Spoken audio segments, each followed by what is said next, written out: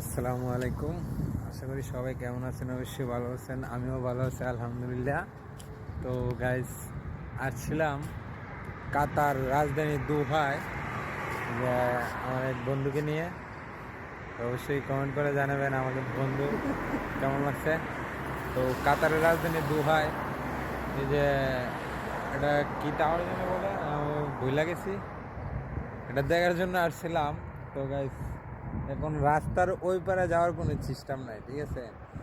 ওই পারে যাইতে হলে এন থেকে 1 কিলো 2 কিলোর মতন হাঁটতে হবে, ঠিক আছে? 1 কিলো 2 কিলোর মতন হাঁটতে হবে।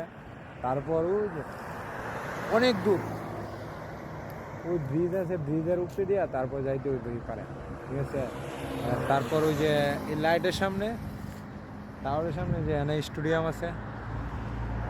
তো গাইস, যাইতে পারলাম না, অনেক দূর হাইটে এলাম, মনে কোনো অনেক কষ্ট রয়ে গেল, তো অনেক কষ্ট রয়ে গেল। যাইতে পারলাম এটার না। জন্য তোমার কাছে অনুভবটা কিরকম লাগলো? এত জায়গায় অনুভবের কিছুই নেই, অনেক কষ্ট হলো, আরো ঘুরে গেড়াই আইছি। তো অনেকক্ষণ হাঁটার পরে এটার কাছে আসলাম, রাস্তা চিনি না তো। আরেকদিন আসলে অবশ্যই ইনশাল্লাহ যাওয়ার চেষ্টা করুন, যেখানে দিনের বেলা বা বিকালবেলা আসুন। তো অবশ্যই পরবর্তী ভিডিওতে দেখার চেষ্টা করুন।